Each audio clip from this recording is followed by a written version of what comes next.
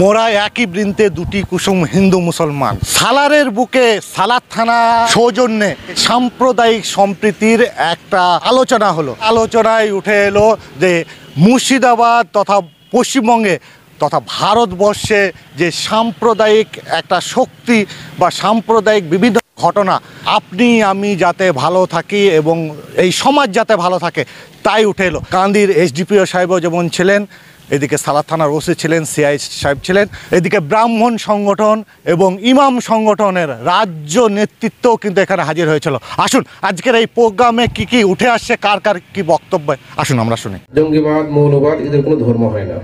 আমার কাছে দৃষ্টান্তস্বরূপ এরকম আমি বলতে পারি যে আমার একটা আঙুলে ক্ষত হয়েছে, তৎক্ষণাৎ যদি আমি সারিয়ে ফেলি সেটা তারই 4টে আঙুল বেঁচে যাবে।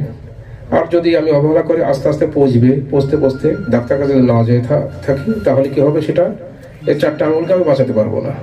আর যদি সেই ভয়ঙ্কর রোগ আমার সামনে এসে যায় তাহলে আমার হাতটাকে আমি বাঁচাতে পারবো না, একটা টাইম আমি বডিটাকে আমি বাঁচাতে পারবো না, হয়তো আমাকে চলে যেতে হবে।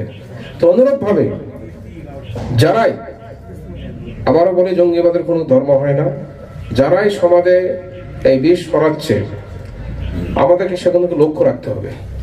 উভয় সম্প্রদায়, আমার ব্রাহ্মণ ভাই এবং আমার ইমাম ভাইরা, আমরা সকলেই লক্ষ্য রাখবো সেটা।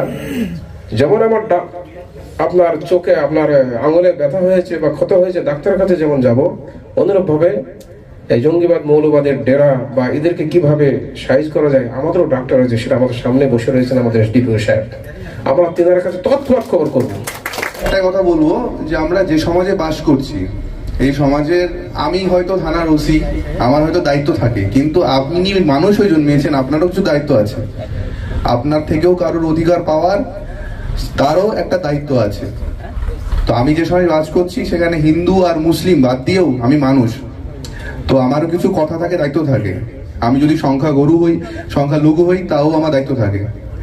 আমি যদি সংখ্যাগুরু হই তাহলে তার কাছ থেকে আমার কি থাকে অধিকার, মান সম্মান অধিকার থাকে। আমি যদি বেশি সংখ্যক থাকি তাহলে আমার থেকে যারা অল্প সংখ্যক আছে তাদের মান সম্মান দায়িত্ব কিন্তু আমার, আর সেই অধিকারটা পাওয়ার তাদের।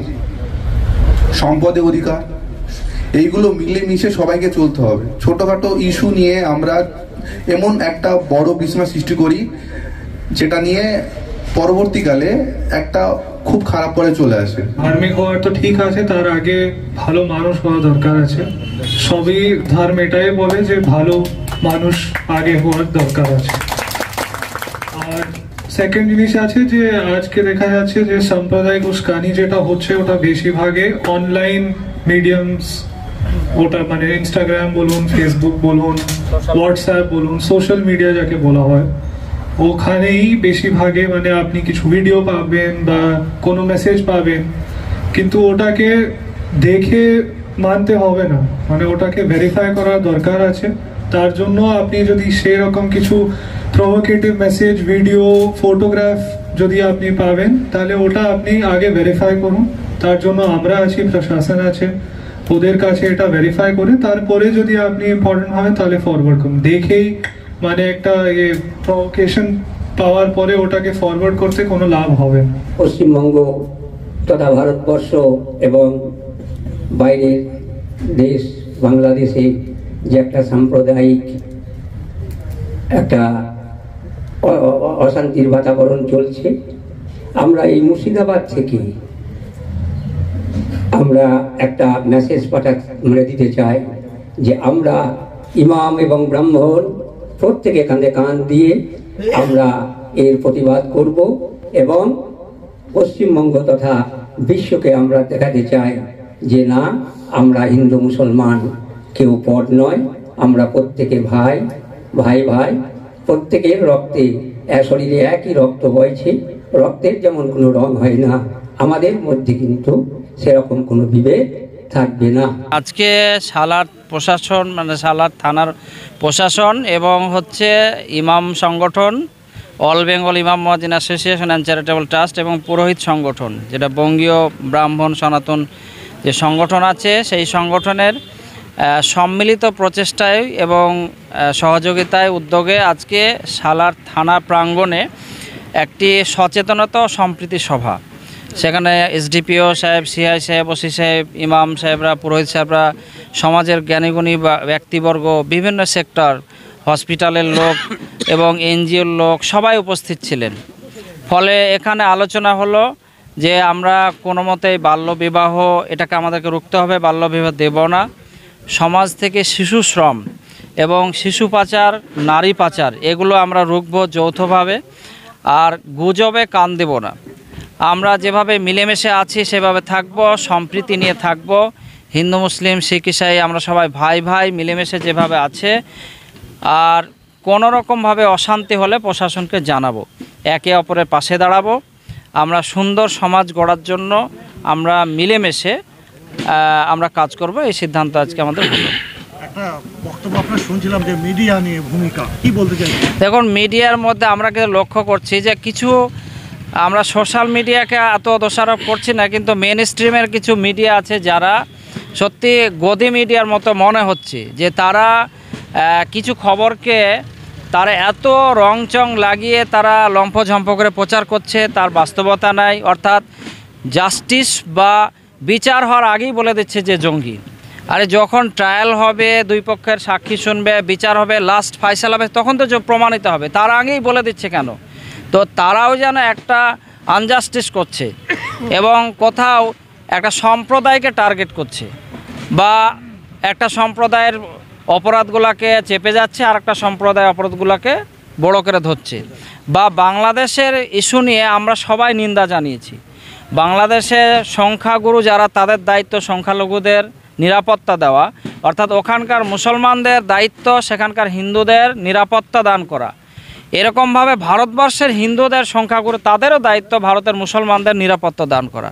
এবং সেই জন্য আমরা সারা পৃথিবীর সংখ্যালঘুদের পাশে, সেই হিসাবে নিরপেক্ষ খবর প্রচার করার জন্য, যে নির্দিষ্ট কোনো পক্ষপাতিত্ব করে যেন খবর না হয়, কারণ মানুষের কাছে ভুল বার্তা যাবে, তাতেও একটা যেন কোনো রকম একটা সম্প্রীতির নষ্ট হবে। আরেকটা জিনিস দেখা যাচ্ছে ইদানিং, যে মুর্শিদাবাদ মানেই একটা জঙ্গিদের একটা জেলা, সেই রকম ভাবে দেখা। আমরা এটা মনে করি এটা একটা চক্রান্ত। এর আগে সংসদে কথা উঠেছে, বিজেপির কয়েকটা এমপি বলেছিলেন যে মালদা মুর্শিদাবাদকে নিয়ে কেন্দ্র সরকার কেন্দ্রশাসিত অঞ্চল করার দাবি তুলেছিলেন, এবং মিথ্যা অজুহাত দিয়ে আমরা ঘোষণা দিচ্ছি যে আমরা পাকিস্তানকে সমর্থন করি না, বাংলাদেশকে করি না। ভারতের অখণ্ডতার জন্য সারা ভারতের মানুষ যেমন চেষ্টা চালিয়ে যাবে, মুর্শিদাবাদের মানুষরাও সেইভাবে চালিয়ে যাবে। এখনই আমাদের দেশের ব্যাপারে আমরা যদি যুদ্ধের প্রয়োজন হয়, বাংলাদেশ পাকিস্তানের বিরুদ্ধে মুর্শিদাবাদের মুসলমানরা প্রথম শুরু করবে। ফলে মুর্শিদাবাদরা দেশকে ভালোবাসে, মুসলমানরা যেমন হিন্দুরা দেশের নাগরিক, আমরাও সেরকম নাগরিক। 1947 সালে যখন দেশ ভাগ হয়, আমাদের কাছে অপশান ছিল পাকিস্তানে চলে যাওয়ার। ভারতের মুসলমান আমরা কিন্তু পাকিস্তানে যাইনি, আমরা দেশকে ভালোবেসেছি। সেই রকম এখনও ভালোবাসি, কিয়ামত পর্যন্ত আমাদের বিশ্বাস, আমাদের কবর, আমাদের হাসর, আমাদের সব কিছু ভারতবর্ষে হবে। ফলে আমাদের দেশকে ভালোবাসে ইমানের একটা অঙ্গ। আমরা হিন্দুরা যেমন দেশকে ভালোবাসে, মুসলমানরাও আমরা ভালোবাসি। কিন্তু কিছু মিডিয়া আর কিছু দেশপ্রেম নিয়ে একটা সওয়াল বা প্রশ্ন তুলে একটা বিভাজন তৈরি করছে, আর তার নিন্দা জানাচ্ছি আমরা। আমার নাম নিজামুদ্দিন বিশ্বাস, আমি সংগঠনের রাজ্য সম্পাদক। আজকে এটা নিয়ে প্রথম নয়, আমরা দীর্ঘদিন ধরে আমাদের ইমাম সংগঠন এবং আমাদের ব্রাহ্মণ পুরোহিত সংগঠন মিলে আমরা হাতে হাত রেখে, কাঁধে কাঁধ দিয়ে আমরা কিন্তু এই সম্প্রীতির বার্তা আমরা দিচ্ছি। কারণ আমাদের পশ্চিমবঙ্গ তথা ভারতবর্ষ এবং আমাদের প্রতিবেশী দেশ বাংলাদেশে যে একটা অস্থিরতার সৃষ্টি হয়েছে, কাজেই আমরা আজকে এই সামান্যই মুর্শিদাবাদ জেলা থেকে বা আমাদের এই সালার থেকে আমরা একটা বার্তা দিতে চাইছি, আমরা হিন্দু মুসলিম সকলে ভাই ভাই, আমরা কাঁধে কাঁধ দিয়ে, হাতে হাত দিয়ে আমরা কাজ করব, আমরা এগিয়ে যাব। কোনো গুজবে আমরা কান দেব না। আমরা ব্রাহ্মণ, আমরা সত্যের প্রতীক, আমরা সত্য পথে চলি। কাজেই যেটা অন্যায় তার তীব্র প্রতিবাদ আমরা করব, এবং যতদিন বাঁচব ততদিন কিন্তু আমরা এই অন্যায়ের প্রতিবাদ করে যাব। আজকে অনুষ্ঠানে কতজন আপনারা পুরোহিতরা এখানে? মোটামুটি আমার ব্রাহ্মণ সংগঠন থেকে 100 কাছাকাছি ছিল এবং ইমাম সংগঠনের প্রায় 100 জন মতো আমরা এখানে উপস্থিত আছি। এখানে বিষয় নিয়ে আলোচনা বলতে ধরুন 1 নম্বরই তো সম্প্রীতির বার্তা দিলাম, দ্বিতীয়ত এই যে একটা কুব্যাধি, কুসংস্কার, বাল্যবিবাহ, এইটা নিয়ে আমরা বিস্তারিত আলোচনা করলাম প্রশাসনের সঙ্গে এবং আমরা বার্তা দিলাম আমরা ব্রাহ্মণ এবং ইমাম, এনারা তো বিয়ে পড়ায়, আমরা যদি একটু সচেষ্ট হই তাহলে বাল্যবিবাহ প্রতিরোধ করতে আমরা কিন্তু সব সময়ের জন্য প্রস্তুত আছি এবং আমরা যদি চেষ্টা করি এটা বন্ধ হবে। এটা হলো, তাছাড়াও নারী পাচার, শিশু পাচার, এই সমস্ত নিয়েও আমাদের এখানে দীর্ঘ আলোচনা হয়েছে। আমার নাম শিবপ্রসাদ ব্যানার্জি, আমি রাজ্য কমিটির পুরুষ সংগঠনের রাজ্য কমিটির সদস্য, আমি জেলারও একজন সদস্য এবং ভরতপুর 2 নম্বর ব্লকের আমি সভাপতি।